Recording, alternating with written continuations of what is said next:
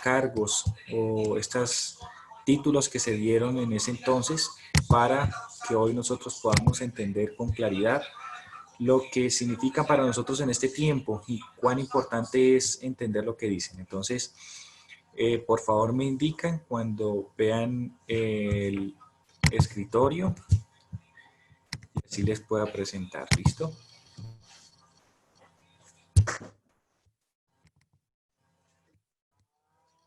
Me avisan cuando lo están viendo, por favor. Ya se ve. ¿Listo? Entonces, bueno, aquí como lo pueden ver, apóstol y profeta. Los apóstoles tuvieron un contacto directo con Jesús. Eso está registrado en Hechos 1, 21 al 23, Lucas 6 del 12 al 13. Fueron testigos de la resurrección. Hechos 1, 21, 22, 1 Corintios 9 del 1 al 2. Designados directamente por el propio Jesús. Entonces allí están las citas bíblicas donde nos explican. Como pueden darse cuenta, a la parte derecha, donde habla acerca de los profetas, se dice que el don de profecía es presentado como un don, valga la redundancia. Allí están las citas. Se dice que se predice el futuro, importantísimo. Quizás una de las características de este don es que predice el futuro, aunque no solamente se dice que alguien que tenga el don de profecía predice el futuro, sino que tiene la relación directa con Dios y pues también comunica un mensaje directo. Designados por Dios directamente, y algo particular es que reciben el mensaje a través de visiones y sueños. Entonces, ¿qué es lo bueno de recordar aquí en este punto? Los apóstoles directamente son designados por el propio Jesús. Si nos damos cuenta, como leímos en los versículos pasados, aunque aquí también están en esta presentación, para los que gusten hacer un pantallazo y de pronto estudiarlo en casa a profundidad, el apóstol Pablo fue quien tuvo una revelación directa por Jesús, aunque ya había resucitado, y pues aunque en vida, por decirlo así, antes de resucitar Jesús, no estuvo allí Pablo con las enseñanzas, lo hizo después a través de la resurrección Jesús con él. Entonces eso lo convierte también en un apóstol. ¿Listo? Entonces, no sé si hasta aquí ya quedamos todos claros, y si no, avanzamos inmediatamente al versículo 3 que nos corresponde el día de hoy. ¿Les parece? ¿Todo hasta allí bien? De pronto, Jordi, también hay como muchos de los apóstoles, de hecho casi todos fueron profetas, ¿no? Porque Sí, Juan, digamos, el que escribió el Apocalipsis fue muy profeta. De hecho, hasta Pablo, porque Pablo dice muchas cosas proféticas, ¿sí? correcto. Entonces, pudiera ser, yo estaba pensando que posiblemente un, un profeta generalmente, o sea, siempre es apóstol, pero no al Sí. contrario, pero no al contrario. Entonces, creo que eso No, al es, revés. Un apóstol siempre es profeta, pero un profeta no ¿será? siempre es apóstol. Ah, ¿será? No porque el Sí. profeta siempre da un mensaje, ¿no? ¿O no? O Claro, depende, ¿no? claro, siempre. Lo que pasa es que ahí donde marca la diferencia. Yo diría más bien que un apóstol, y por eso pues estamos aquí, un apóstol siempre es profeta, porque pues digamos que la palabra apóstol enviado, pero también tiene que ver con un mensaje directo que ellos recibían para dar a Dios. Ahorita lo vamos a ver con versículos bíblicos, ya que tú haces esa y queremos de pronto que estar claros en ese punto. Pero un profeta no siempre es un apóstol, porque pues yo pensaría que la profeta ahí no puede ser apóstol por el simple hecho de que no todos fueron llamados directamente por Jesús para cumplir ese rol tan importante que de hecho si vamos a la resurrección, pues ellos eran los que más tenían argumentos para decir Jesús resucitó porque somos testigos. Entonces esa palabra testigos de la resurrección nos como que nos enseña que ellos tenían esa misión de transmitir el mensaje al mundo entero, en este caso los 12, y junto con Pablo 13, y pues la diferencia de los profetas normales es que tanto desde el Antiguo Testamento como en el Nuevo Testamento también hay, la diferencia está en que ellos no tuvieron como ese llamado directamente de Jesús, pero quisiera de pronto también que con los textos que tú tengas o con los que vamos a leer podamos entender que todos los apóstoles sí eran profetas.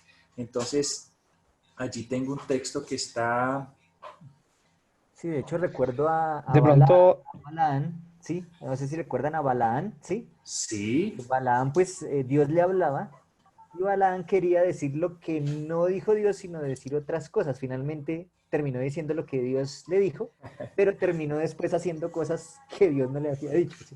total. Entonces, fue un profeta que tristemente terminó haciendo lo que Dios no quería, aunque pronunció la profecía, porque la profecía que está en números 25, que él la pronunció 24, creo que es, pronunció tres profecías muy grandes, Balaam, pero finalmente resultó haciendo lo que Dios no quería que hiciera. O sea, puede pasar eso también con los profetas, pueden desviarse, a pesar de que Dios les hable. Ok. Mauricio iba a decir algo. en esa relación que mencionaba Eliseo al principio de que todo profeta es un apóstol, bueno, o viceversa, creo que yo la vez pasada mencioné un tema puntual que era como los ministerios que había como designado Dios en su iglesia, ¿no? Que creo que es en Efesios 4:12, 4:12 que es, el de 5, ¿sí? Que son, que unos son profetas, otros evangelistas, otros pastores y otros más. Entonces, de pronto, ¿será que hay una, o sea, pronto que o sea, se puede decir de que una persona puede ser ambos ministerios, o sea, apóstol, profeta, más? De pronto usted en su experiencia ha visto que pues, que se dé ese caso de que alguien pues sea evangelista, pastor y no sé, y apóstol, ¿sí se puede dar? Bueno, interesante esa pregunta y por eso yo creo que es necesario retomar el tema de apóstol. En efecto, Mao, pues la Biblia nos da evidencia de que los apóstoles eran también llamados profetas y para eso quiero que vayamos al libro de Hechos, capítulo 15, versículo 32, para los que por favor me puedan acompañar. Y si alguno lo quiere leer, magnífico. Hechos, capítulo 15, versículo 32.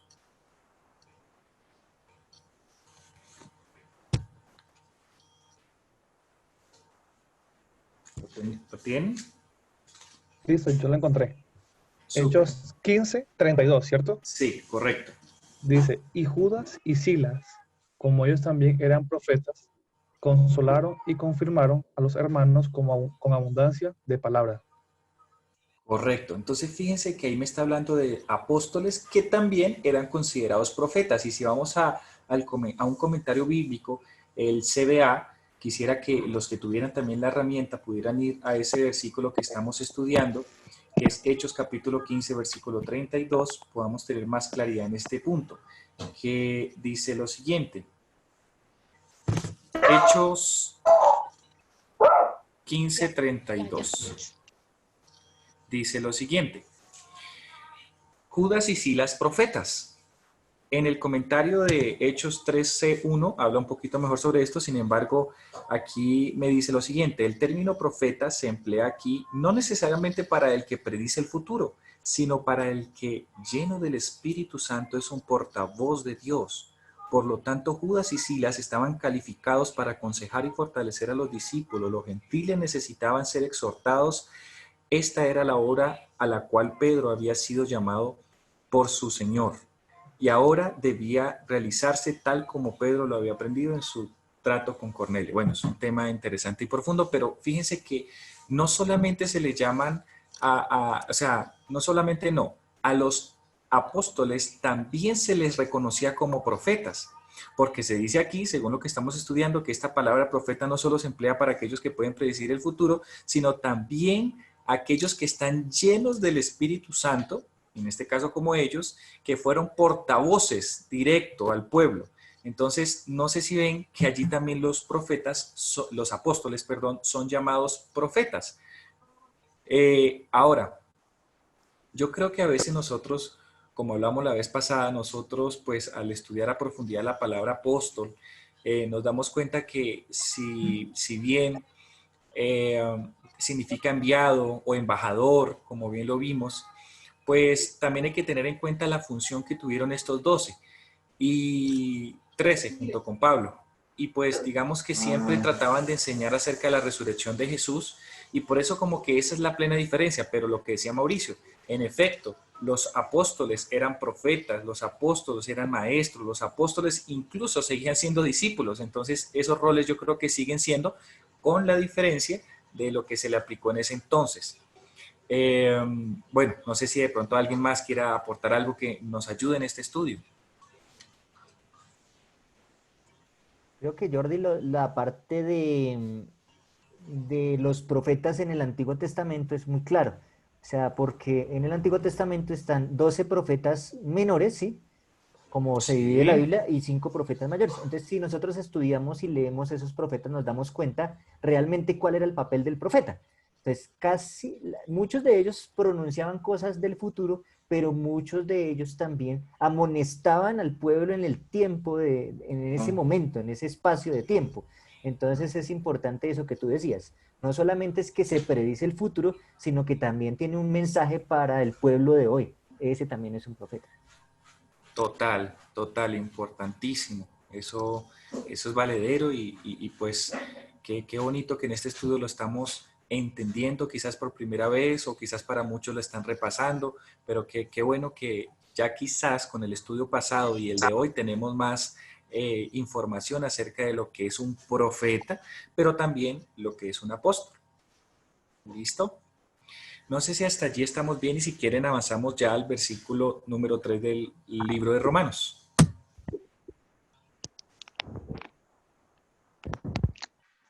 Bueno, avancemos entonces. Romanos 1:3, el versículo que habíamos quedado para el día de hoy. Entonces quisiera que lo leyéramos todos allí. Y dice, acerca de su Hijo, nuestro Señor Jesucristo, que era del linaje de David según la carne. Recordemos que este versículo parte del versículo 2, que si ustedes tienen allí sus Biblias, pues se dan cuenta que está hablando de las escrituras, de lo que estaba escrito acerca del mismo Jesús, pero pues entonces la idea es hoy poder tener claridad plena de este maravilloso versículo que nos va a enseñar muchísimo. Y estoy seguro que también nos va a enseñar de forma personal, porque la idea de este estudio, aparte de entender lo de la epístola de Romanos, es estar más cerquita de Dios al conocerlo un poco más. Entonces, a nivel personal, a mí me ha dejado mucho y sé que hoy me va a dejar mucho más con todo lo que podamos decir, aportar, porque sé que el Espíritu Santo está con nosotros y esa es la alegría más grande. Así que bueno, ahí en el versículo 2 finalizaba diciendo, o leámoslo desde el 1, para leer el contexto al llegar al 3. Pablo, siervo de Jesucristo, llamado a ser apóstol, apartado para el Evangelio de Dios, que él había prometido antes por sus profetas en las Santas Escrituras, acerca de su Hijo, nuestro Señor Jesucristo, que era del linaje de David según la carne. Wow, interesante, ¿no? Acerca de su Hijo, nuestro Señor Jesucristo, que era el linaje según la carne. Listo, empecemos con la primera parte del versículo. Acerca de su Hijo. ¿Es claro para todos ustedes entender lo que significa el Hijo de Dios? ¿O quién puede aportar algo allí? Porque si quieren, directamente empezamos a profundizar con lo que tengo y ustedes también pueden ir aportando. Acerca de su Hijo, ¿por qué es importante esto que acaba de decir? El contexto de este versículo, bueno, esto es introducción, es que Pablo estaba tratándoles de enseñar a aquellos que lo estaban escuchando a través de esta carta, que sin duda alguna Jesús era el Hijo de Dios. Y qué importancia es saber que acerca de su Hijo, aunque en el versículo 4, como lo vamos a ver, especifica acerca de lo que es el Hijo, porque si vamos al versículo 4, no sin antes decir lo que dice el 3, pero es importante, dice que fue declarado hijo de Dios con poder según el Espíritu de Santidad. Entonces, si volvemos ahí acerca del Hijo, me encanta ver cómo Pablo en muchas ocasiones explica esto de que Dios tiene su Hijo, pero que es Jesús, y por qué es importante saber que era su Hijo. Entonces quisiera escuchar a Eliseo, a los que puedan participar el día de hoy, porque recuerden que pues esto es un estudio entre todos. Es importante ver allí que muchas veces nosotros decimos que cuando hablamos de Dios estamos hablando de las tres personas, ¿sí? Ok. Sin embargo, aquí es claro que el Dios que está aquí mencionando está hablando del Padre, ¿sí? Porque está diciendo que apartado para el Evangelio de Dios, y en el versículo 3 dice acerca de su Hijo, ¿del Hijo de quién? De Dios que se habla allí. O sea, en este contexto, el Dios de que está hablando allí es el Padre. Pero no hay que olvidar que cuando, en el Evangelio de Juan dice que Jesús, cuando le preguntaron, que le dijeron, muéstranos al Padre, ¿sí? ¿Qué dijo Jesús? Tanto han visto a mí y no han visto a mi Padre, o sea, el que me ve a mí, ve a mi Padre. Así que de esa manera, o sea, a veces es muy complicado nosotros entender esa unión entre Padre, Hijo y Espíritu Santo, pero también entender los roles es muy importante. Entender aquí que Jesús vino por amor a nosotros, muere, y ¿quién lo manda? Su Padre, ¿sí? Porque es esa unión completa de ese amor tan grande que tiene por nosotros. Por eso dice, acerca de su Hijo que había prometido en las Escrituras. ¿Cuáles Escrituras? Y ahí en el texto que se adjuntó esta semana de apoyo hablaba de esas escrituras del Antiguo Testamento, acerca de todos los profetas, como dice aquí Romanos, profetizando acerca de lo que iba a pasar y que tal cual se cumplió, y que Pablo aquí está reiterando que todo eso, lo que va a hablar aquí, es el cumplimiento de esa profecía que ya se había dicho y que él experimentó en su vida. Bueno, maravilloso porque fíjate que tú tocaste algo muy importante que fue la deidad. Algo que yo no tenía pensado profundizar en específicamente allí, pero qué bendición que de esta palabra acerca de su hijo empezamos a darnos cuenta que la deidad se da a conocer. Y pues más en el versículo 4 Eliseo, porque también decía que fue declarado hijo de Dios con poder según el Espíritu de Santidad. Entonces fíjense que también el Sí, Espíritu Santo está envuelto en todo y es maravilloso. sí, y Qué es tal alegría. cual, Jordi, en Apocalipsis hace la misma. O sea, si ustedes leen Apocalipsis 1:1, ven ahí al Padre, al Hijo y al Espíritu Santo. O sea, son mencionados uno a uno, cumpliendo su rol específico. Entonces, es bonito aquí también ver cómo Pablo combina los tres, ¿sí? Haciendo Sí, pues lo que es la deidad y el poder de Dios y el amor por nosotros, por la humanidad. amén, amén. Wow, Me, me llama la atención, buenas noches, buenas eh, noches. como lo dice la nueva versión internacional de este versículo 3. Dice, este evangelio habla de su hijo, que según la naturaleza humana era descendiente de David. Entonces es como uh,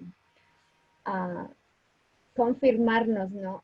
Lo que creemos acerca de la deidad, lo que está diciendo Eli. Y de una forma como muy clara, diciéndonos, bueno, aquí vamos a hablar del Hijo de Jesús, ¿no? Y en otra mención que dice, según la naturaleza humana, o sea, da palabras muy claras de lo que va a hablar, va a hablar Romanos. Correcto, correcto, correcto. Bueno, pues entonces, qué bendición que estamos encontrando este tema maravilloso acerca del Espíritu Santo, Padre, Hijo, como deidad, en este versículo que estamos tocando. Pero bueno, quizás también entonces los quiero llevar a profundizar un poquito más acerca de lo que dice acerca de su Hijo. Por qué utilizarán la palabra hijo? ¿Por qué es tan importante la palabra hijo? Entonces, rápidamente, quiero que pues vayamos a la Biblia, en este caso a un lugar donde Pablo también habla acerca de, pues que él iba a ser descendiente de David para poder partir a lo que dice el Hijo de Dios. ¿Listo? Entonces, allí en Hechos capítulo 13,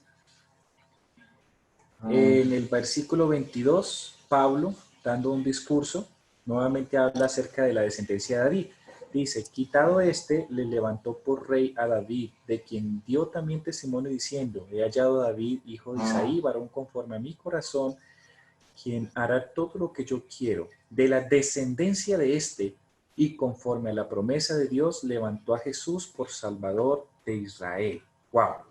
Bueno, si vamos allí un poquito, vamos a ver ahora sí lo que decía Hijo de Dios, y quiero allí que vayamos a las palabras directas de Pablo, donde en el mismo capítulo 13, pero en el versículo 35, cita el Salmo. Fíjense lo que dice. Por eso dice también en otro Salmo,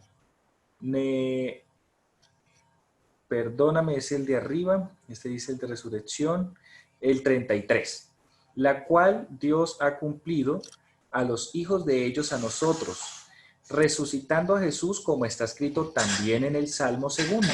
Mi hijo eres tú, yo te he engendrado hoy. Fíjense que desde allí Pablo sabía que en el Salmo 2, vamos inmediatamente al Salmo 2, es donde por primera vez se le da el título a Jesús de hijo. Entonces es fascinante ver cómo la Biblia, desde antaño, cómo el Antiguo Testamento nos da evidencia de este título y por qué hijo de Dios. Entonces, en Salmo capítulo 2, vamos a ver cómo lo dice textualmente allí este autor. Bien, vamos a leerlo y dice el versículo 7. Yo publicaré el decreto. Jehová me ha dicho, mi hijo eres tú, yo te engendré hoy. ¡Wow! Qué tremendo que ahí utilizan la palabra como el decreto, ¿no? Que Jesús es llamado Hijo de Dios por un decreto que el Padre saca. Entonces, todo envuelto a lo que es el plan de salvación. Tenía que venir, y a eso vamos a ir ahorita en la parte del otro versículo, el propio Dios, porque pues tenemos que entender a Jesús como Dios, y en este versículo es fascinante como lo vamos a describir, pero desde aquí es como la introducción maravillosa. Dice, yo publicaré el decreto, Jehová me ha dicho, mi hijo eres tú, yo te engendré hoy. Desde ese versículo empezamos nosotros a notar de que con solemnidad el plan de salvación se empezaba a estructurar o se empezaba a evidenciar en la tierra, porque pues Dios lo tuvo siempre planificado. Pero entonces, ¿por qué importante hijo de Dios? Entendiendo que es Dios mismo. Entonces ahí es donde dice la segunda parte de este versículo, nuestro Señor Jesucristo, que era del linaje de David, según la carne. Interesante este texto que dice que era del linaje de David según la carne. Como vimos en los escritos mismos de Pablo, en Hechos, pues él siempre decía y daba a entender que Jesús venía del linaje de David. ¿Pero por qué él decía esto? Porque en el Antiguo Testamento se decía que el Salvador iba a venir de los descendientes de David. Entonces, para ya leer esos dos versículos, me gustaría que leyéramos juntos Isaías 11:1. En Isaías 11:1 dice, saldrá una vara del tronco de Isaí, un vástago retoñará de sus raíces, y reposará sobre él el espíritu de Jehová, espíritu de sabiduría y de inteligencia, espíritu de consejo y de poder, espíritu de conocimiento y de temor de Jehová. Eso estaba profetizado acerca de este maravilloso Mesías, de nuestro Dios. Luego también en Jeremías 23:5 nos habla acerca de lo que habla Pablo, que el Antiguo Testamento estaba profetizado que era descendiente de David. Dice el versículo 5, vienen días, dice Jehová, en que levantaré a David renuevo justo y reinará como rey, el cual será dichoso y actuará conforme al derecho y la justicia en la tierra. Ven cómo la Biblia es maravillosa, que desde el Antiguo Testamento se hablaba que venía del linaje de David, pero entonces, ¿dónde es que yo puedo ver con claridad en el Nuevo Testamento, en la Biblia, porque la idea es que todo lo que digamos sea respaldado con un escrito está, podemos entender eso, y es allí donde tenemos que ir al libro de Mateo, o si alguno también tiene otros textos, lo podemos decir ahora mismo, pero en el libro de Mateo habla acerca de la genealogía. Recuerden que Mateo era judío y por lo tanto, pues, al presentar su carta, la empezó con la genealogía, que por lo general era como se hablaba acerca de quién se iba a hablar, valga la redundancia, y en este caso es Jesús, nada más y nada menos que Jesús. Entonces, al llegar al libro de Mateo, en el versículo 1, nos empieza directamente a hablar acerca de que ese Mesías descendía de David y que en efecto era Jesús. Entonces en el versículo 1.1 dice, libro de la genealogía de Jesucristo, hijo de David, hijo de Abraham. Entonces, al seguir texto a texto, vamos a ver que el mismo Mateo se encarga de decir, Jesús es del linaje de David. Jesús es uno de los descendientes de David. Y es allí donde en el versículo, vamos directamente 17, dice, de manera que todas las generaciones desde Abraham hasta David son 14, desde David hasta la deportación a Babilonia, 14, y desde la deportación de Babilonia hasta Cristo, 14. Entonces vemos que la Biblia nos da el ejemplo con toda la genealogía de que Jesús es aquel descendiente de David. Ahora, ¿cómo entender que esta palabrita que dice según la carne? Porque es importante saber que Jesús en su concepción, pues no fue naturalmente como nosotros, sino que el Espíritu Santo, Lucas capítulo 1, versículo, si quieren vamos rápido, 35, nos habla acerca de la concepción que tiene Jesús. Pero al ir allí, a Lucas, nos damos cuenta cómo nuevamente, como iniciamos este estudio, participan los tres, la deidad. Dice, respondiendo el ángel dijo, el Espíritu Santo vendrá sobre ti y el poder del Altísimo te cubrirá con su sombra, por lo cual también el santo ser que nacerá será llamado Hijo de Dios. Interesante que el Espíritu Santo se envuelve, que el Padre se envuelve y que mucho más Jesús también en el hecho de su concepción, pero tenía que ser específicamente del linaje de David.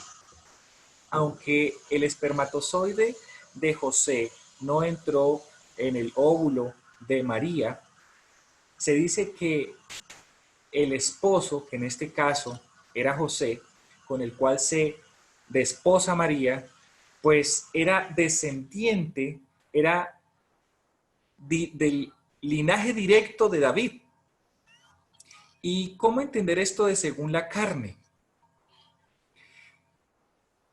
Si bien María era la que prácticamente le compartía más sangre y no tanto José, es importante entender que en este entonces los padres eran quienes daban el apellido, o digámoslo así como hoy lo vemos, pero también eran como los responsables de ese hijo, y legalmente para ellos eran el hijo de José.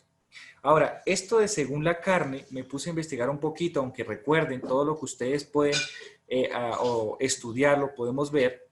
Allí Pablo utiliza en una parte de Romanos, pero ya en el capítulo 9, versículo 5, quiero que acompañen esa parte de según la carne.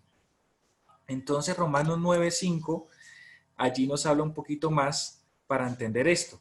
Y dice, a ellos también pertenecen los patriarcas, de los cuales según la carne vino Cristo, el cual es Dios sobre todas las cosas, bendito por los siglos. Amén. Un versículo clave para decir nuevamente que Jesús viene por los profetas según la carne, pero que el cual también es Dios. Es uno de los versículos más claros también de toda la Biblia y me maravilla porque también habla acerca de la deidad, donde coloca a Jesús, a Cristo, en el mismo lugar de Dios. Ahí como lo acabamos de leer. Según la carne vino Cristo, el cual es Dios sobre todas las cosas, bendito por los siglos. Amén.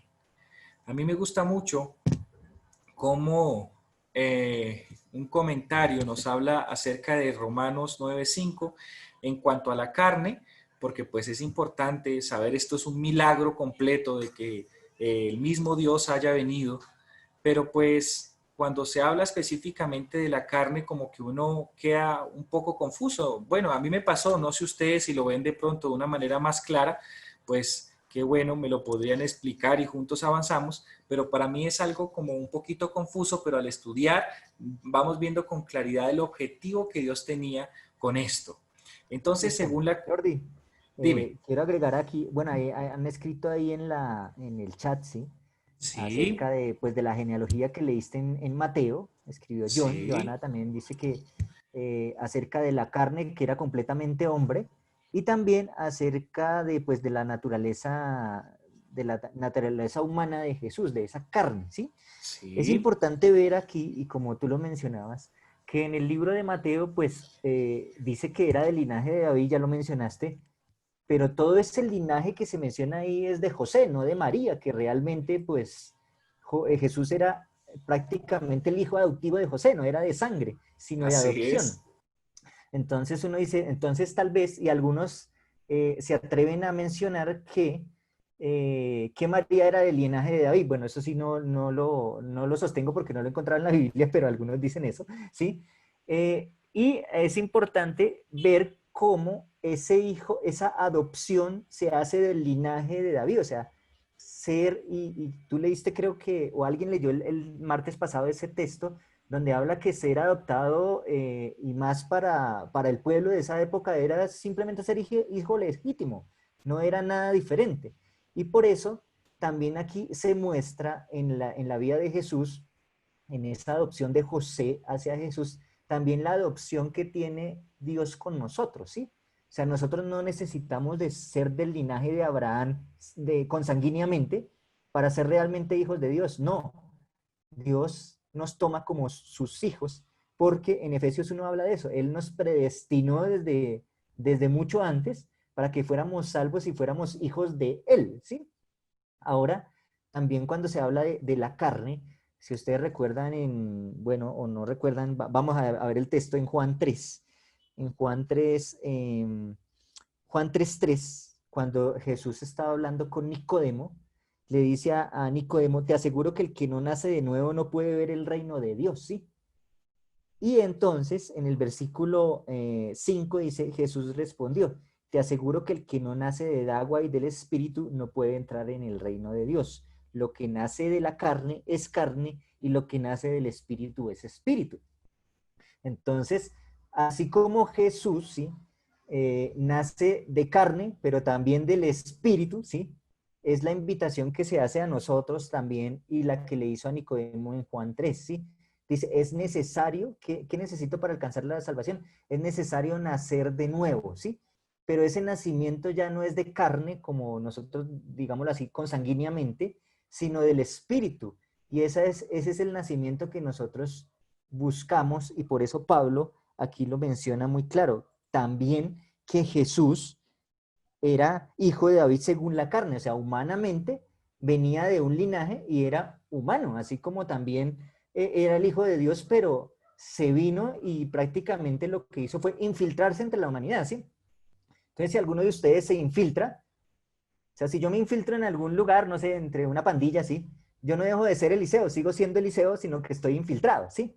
Pero me hago como uno de los en donde estoy, porque si no, de lo contrario, pues descubrirían quién soy, ¿sí?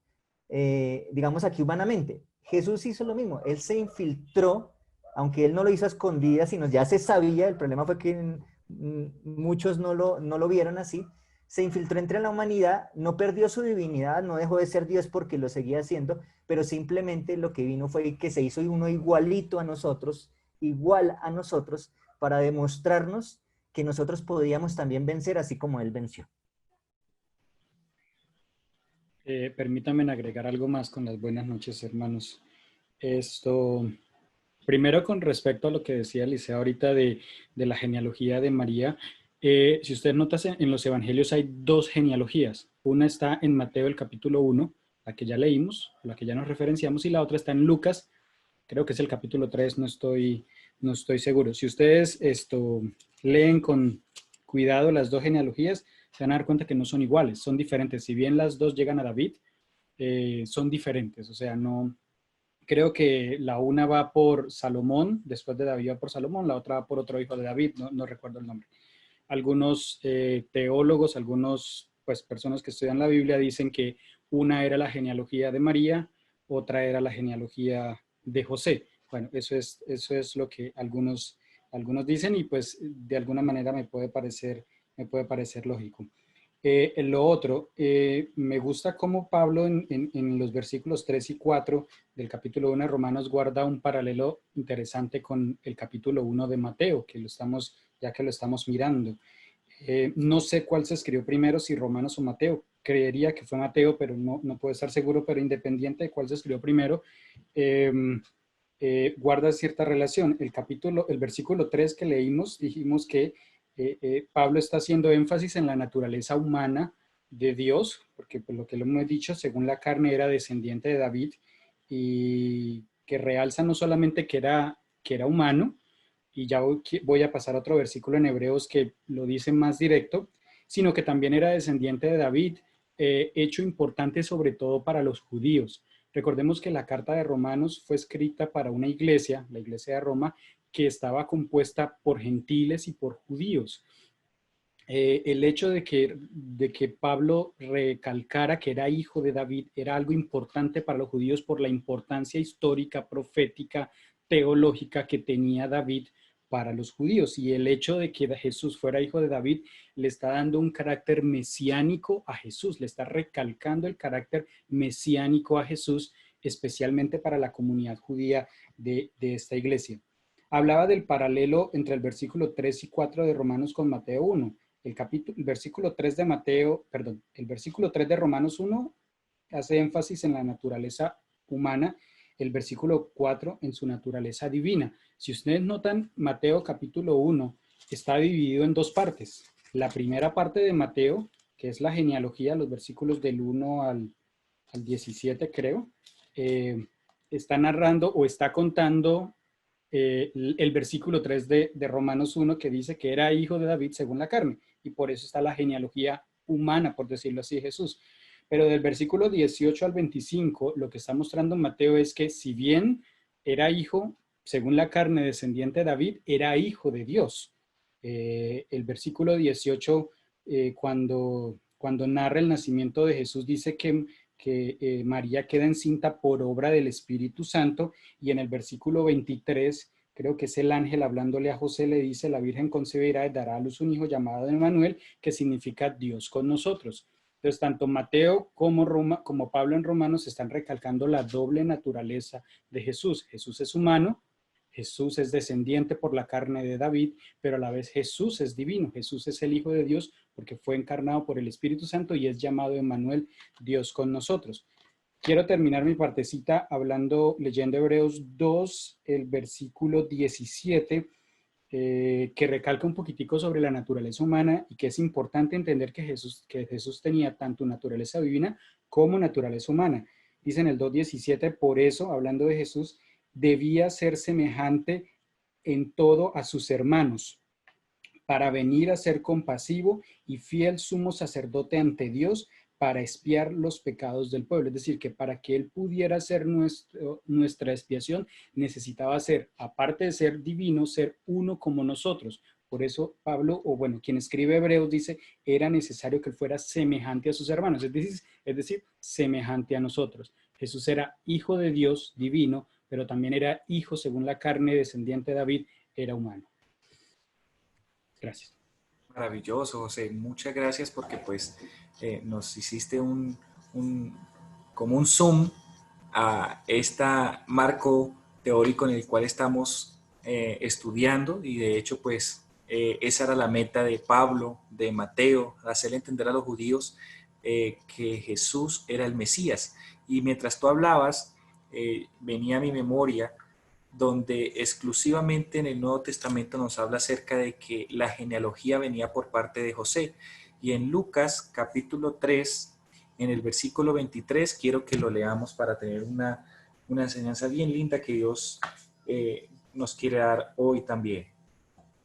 Jesús mismo, al comenzar su ministerio, era como de 30 años, hijo, según se creía, de José, hijo de Elí, hijo de Matat, hijo, y cuando llegamos al versículo 38, hijo de Nos, hijo de Set, hijo de Adán, hijo de Dios. ¡Wow!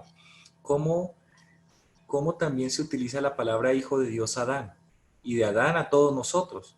Es yo creo que donde podemos ver el amor profundo que Dios nos tiene, porque nos llama hijos. O sea, somos, como dice Génesis, fuimos creados a imagen y semejanza de Dios. Y yo creo que cuando, no sé, los que aquí son padres, yo todavía no tengo la maravillosa experiencia, pero pues cuando se tiene un sobrino o cuando se tiene algún niño de la carne, de la familia, uno ama mucho a ese niño, pero cuando ya se es hijo, los padres dan hasta la vida por sus hijos. Entonces, el amor tan profundo de Dios de venir a este mundo a salvar a sus hijos.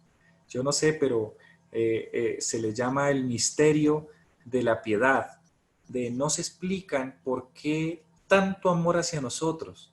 Así que el mayor ejemplo está en que Él mismo, como lo estamos leyendo, Jesús, con doble naturaleza, gracias José, naturaleza humana, pero también naturaleza divina, nos damos cuenta que vino a vivir la vida de un ser humano, pero con el objetivo de darnos vida eterna.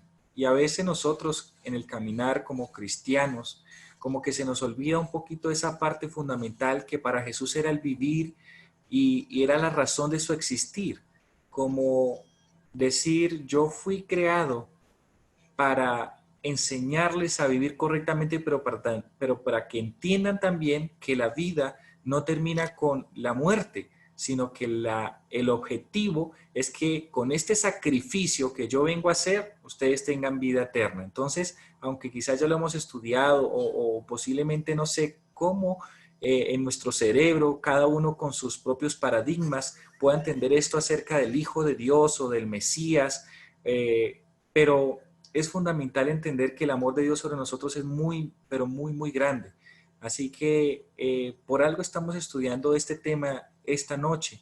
Seguramente nosotros a veces tenemos luchas internas, cada cual de los que están aquí tienen diferentes retos con los que afrontar, pero si nos damos cuenta que somos llamados hijos de Dios también, que el mismo Hijo de Dios vino a morir por nosotros, pues que, como decía el apóstol Pablo, si no escatimó a su propio Hijo, ¿cómo no nos dará también todas las cosas? Entonces, Jesús vivió como uno de nosotros según la carne, tuvo hambre seguramente, y lo vimos en el ejemplo cuando fue tentado por Satanás. Jesús también tuvo frío. Yo creo que Jesús también le salieron espinillas en su adolescencia. Jesús también supo que era vivir como un ser humano, pero con la enseñanza maravillosa, como lo vamos a ver en el libro de Romanos, donde nos indica que nada más y nada menos, a pesar de que tenía una naturaleza carnal como la de nosotros, triunfó. Y gracias al Espíritu Santo. Entonces el ideal de nosotros es saber si Jesús pudo triunfar, no era solo porque, como muchos dicen, que era el mismísimo Dios, sino que Jesús triunfó por la dependencia que tuvo de su Padre. Tanto así que me asombra cómo Jesús dice, cosas mayores a las que yo he hecho, ustedes harán. O sea, qué tremendo que nos da el secreto de que es a través del Espíritu Santo que nosotros podemos tener vidas que vencen el pecado. Así que una vida de santidad es el objetivo de lo que Dios quiere con nosotros. Así como la vivió Jesús, seguramente nosotros también la podemos tener. Así que no hay que conformarnos con vidas mediocres espirituales, porque Jesús demostró que a pesar de tener la naturaleza humana, pudo triunfar. Bueno, no sé si de pronto ahí alguien tiene algo antes de seguir ya con el versículo número 4 del primer capítulo de Romanos. Solo recalcar una cosita del versículo 3 antes de pasar a la segunda parte del cuarto.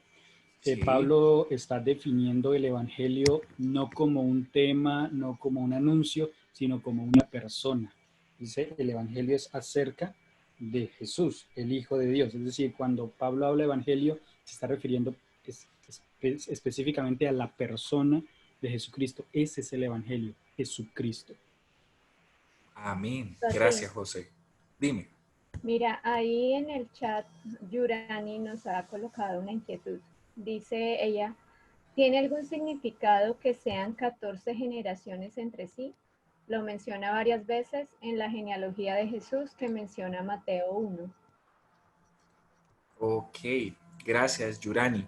Sí, pues digamos que en este caso yo creo que podemos tener una luz profunda si vamos a los comentarios, porque como tal algunos dicen que era la forma donde se abreviaba, porque Lucas muestra también otro tipo de genealogía, aunque es la misma, porque da a entender que es el Mesías, pero entonces como que ese tema de 14 en 14, si quieren, Yurani, lo podemos buscar, no sé si pudiste descargar la aplicación de My Bible, que allí Sí, nos da, ahí nos da una luz grandísima y nos tocaría buscar en el capítulo 1, versículo 17, que es donde habla acerca de las generaciones, de las 14, del por qué a veces las 14, para tener más luz sobre este tema.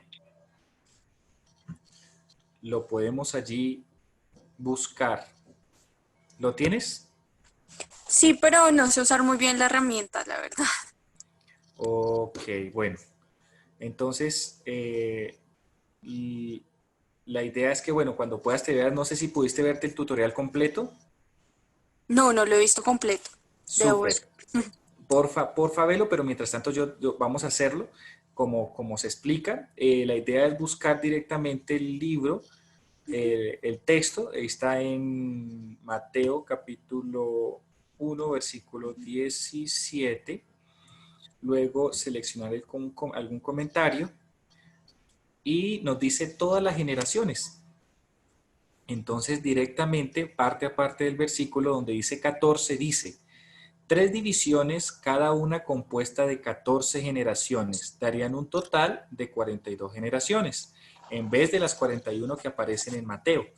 Esta aparente discrepancia se ha explicado de diversas maneras. Algunos sugieren que el nombre de Jeconías debería contarse 2 veces como último nombre del segundo grupo y como primer nombre del tercero. Otros opinan que originalmente Mateo había colocado el nombre de Joacim entre el de Josías, y el de Jeconías. Hasta Cristo, literalmente hasta el Cristo. Mateo hace referencia a Cristo dentro de la perspectiva histórica como el Mesías de la profecía. Así básicamente es como explicar ordenadamente, pero hasta el momento que vea Yurani no veo que diga algo acerca de algún nombre, alguna importancia del 14, pero pues sería bueno también poder profundizar. Ok, vale, gracias. Vale, qué bueno, sigamos haciendo esas preguntas.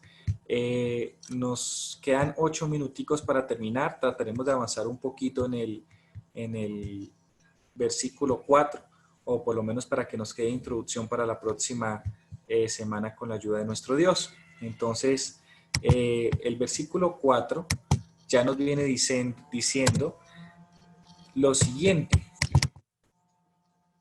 que fue declarado Hijo de Dios con poder, según el Espíritu de Santidad, por la resurrección de entre los muertos. Como hemos venido estudiando parte por parte, no sé si de pronto alguno quiere hacer algún comentario de lo que empieza diciendo este primer versículo. ¿Qué se le viene a la mente? Que fue declarado hijo de Dios con poder, según el Espíritu de Santidad, por la resurrección de entre los muertos. ¿Qué podemos allí opinar? ¿O qué podemos entender, quizás con lo que ya hemos leído de la Biblia, acerca de este versículo 4 de Romanos?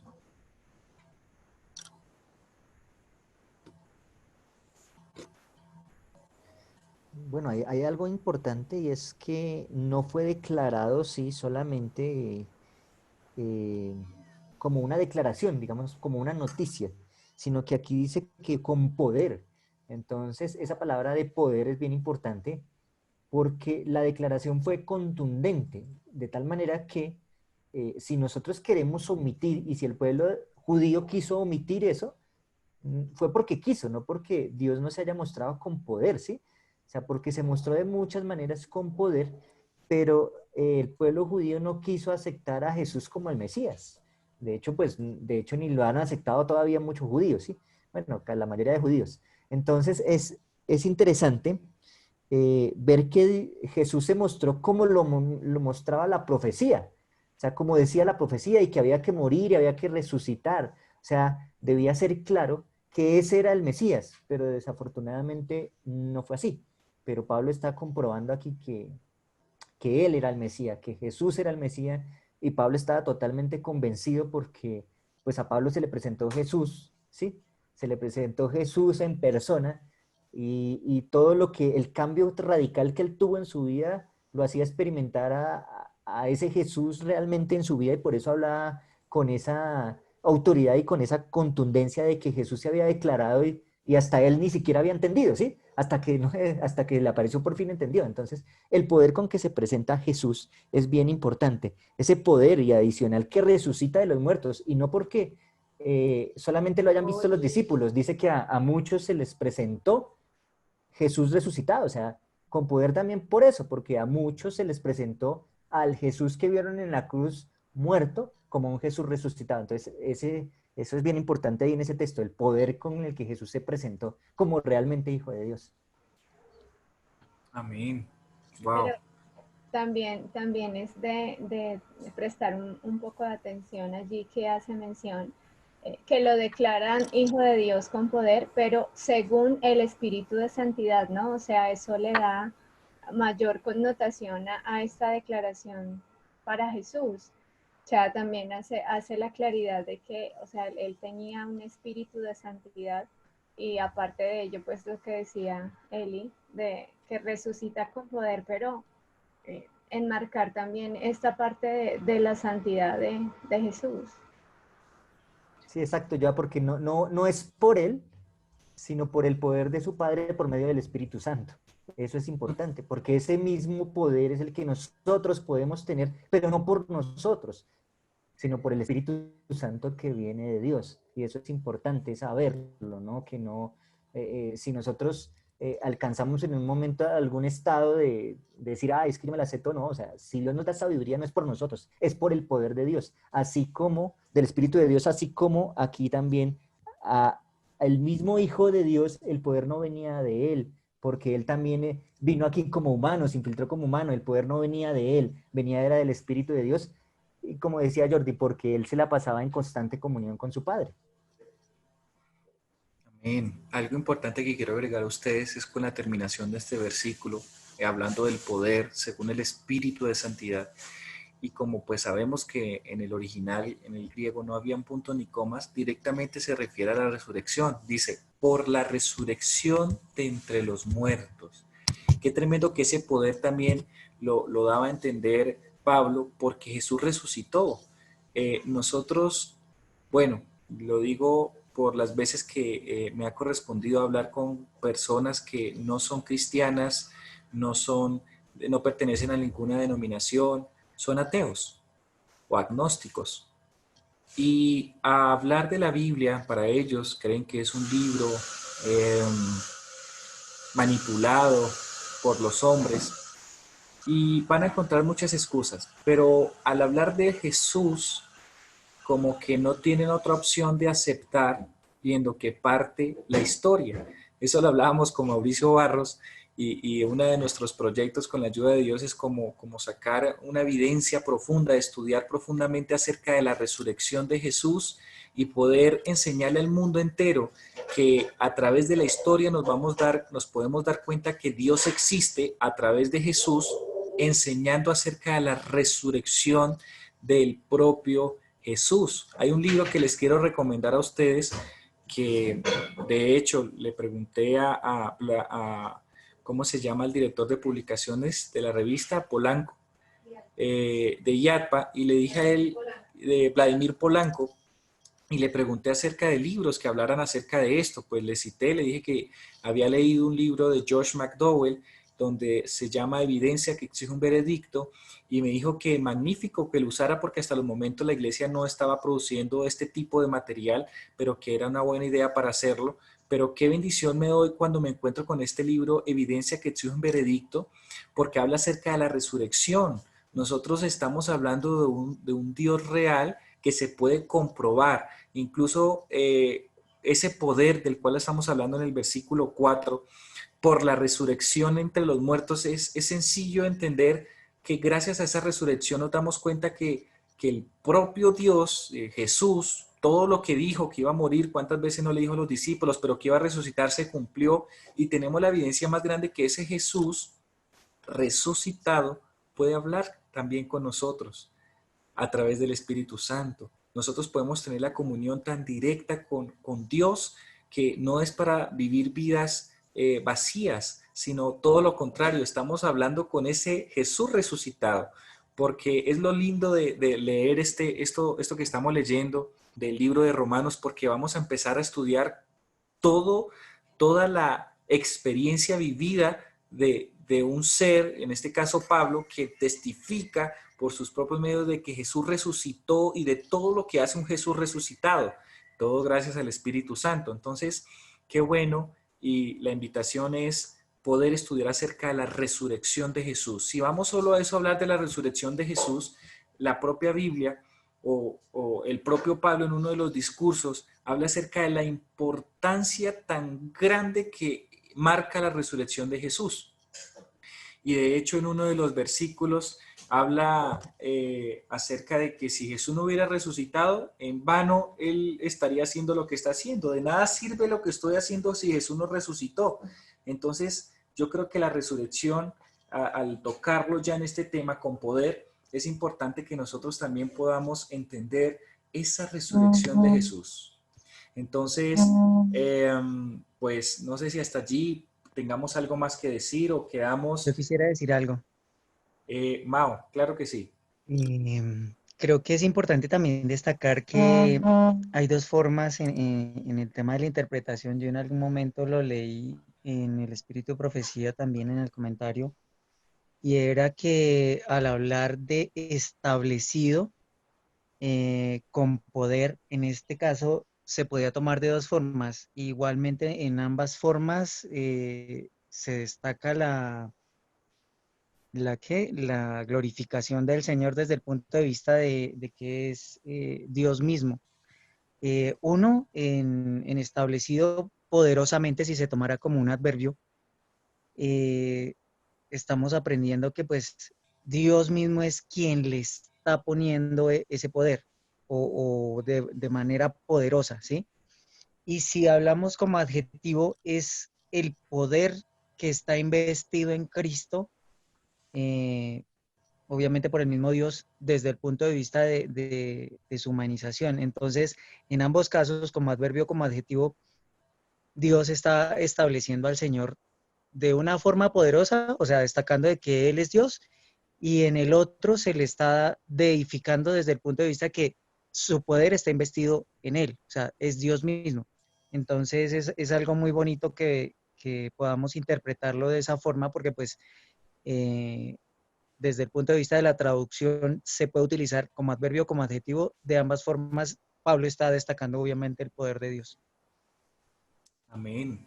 Amén, claro que sí, Mao. Quiero terminar con una cosa, Jordi, antes de... Ya se acabó el tiempo, pero es bien importante que lo que tú mencionabas de la resurrección, ¿sí? Mira que hay algo bien interesante y miremos todos que que el único que tiene poder de resucitar y de dar la vida es Dios, ¿sí? O sea, cuando Moisés hizo ciertas señales allí en el pueblo y ciertos milagros, hubo magos que le remedaron, ¿sí? Y vea, tú también puedo hacerlo, vea, también puedo hacerlo. Pero lo que no pueden hacer es dar la vida, porque el único que puede dar la vida es Cristo. Así que eso es bien interesante. Y si ustedes alrededor de la Biblia buscan, y los invito a que busquen quiénes fueron los únicos que resucitaron personas, se darán cuenta que eran personas que tenían el Espíritu Santo. O sea, pueden engañarnos con milagros, y de hecho Mateo dice eso, que muchos dirán al final del tiempo, pero yo hice milagros en tu nombre, y Jesús le va a decir, yo no los conozco, ¿sí? Porque no es que hagamos milagros en su nombre, es que realmente tengamos al Espíritu Santo. Y los que resucitaron personas son muy pocos. En la Biblia se mencionan 2 o creo que 3, 4 casos, pero solamente Dios es el que tiene poder de dar la vida. Entonces, ese poder de que habla ahí de la resurrección, solamente lo tiene Dios. Dios es el que tiene poder para darnos la vida. Y por eso le alabamos en esta noche. Gloria a Dios. Los invito Amén. a leer, el hermano ahorita, el hermano Jordi decía del discurso de Pablo sobre la resurrección, es muy bueno, está en 1 Corintios capítulo 15, todo el capítulo, él muestra cómo si no existiera la resurrección el evangelio no tuviera sentido. Entonces, es un buen complemento para ese versículo 4, todo el capítulo 15 de 1 Corintios.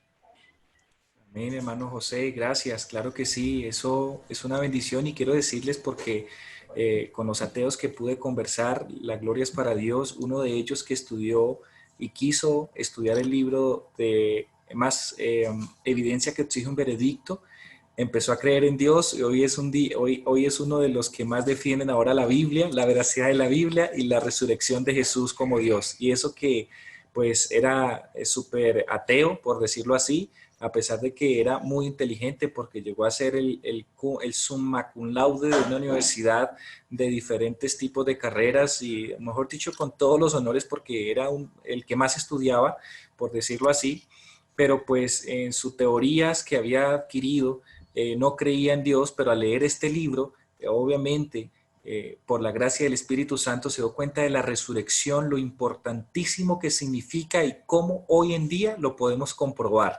Entonces el llamado es de que démosle el valor que debería tener la resurrección de Jesús y caminemos con ese Jesús resucitado. Es lo que tenía para aportar el día de hoy. Amén. Bueno, Muchas gracias, Jordi, por esta noche. Gracias a todos los que nos estaban acompañando. No sé, personalmente sentí que el día de hoy fue precioso, muy participativo. Es lindo estudiar y compartir de esta forma, realmente me encanta. Entonces, pues bueno, voy a orar para terminar en esta noche. Así que, pues bueno, oremos. Amado Señor, te alabamos y te glorificamos por tu misericordia, por tu amor, por todas las cosas que nos permites cada día, Señor. Gracias por este club, Dios. Gracias por cada una de las personas que están aquí deseando conocer más acerca de tu palabra. Gracias porque nos permites tener esta plataforma, Dios, para encontrarnos y compartir. Gracias porque pones en nuestro corazón ese deseo inmenso de seguirte conociendo. Y te pedimos, Padre Eterno, que tu Espíritu Santo esté con nosotros cada día, que nos llene, que nos guíe y nos ayude a entender cada vez más y mejor tu palabra y que nuestro carácter pueda ser moldeado. Gracias, Señor, por cada una de las personas que hacen parte de este club y queremos implorarte para que en tu misericordia y en tu amor nos guardes del mal, del peligro y también permitas, Señor, que más personas se puedan agregar a este club y podamos crecer en espíritu y en verdad. En el nombre de Jesús, amén. Amén.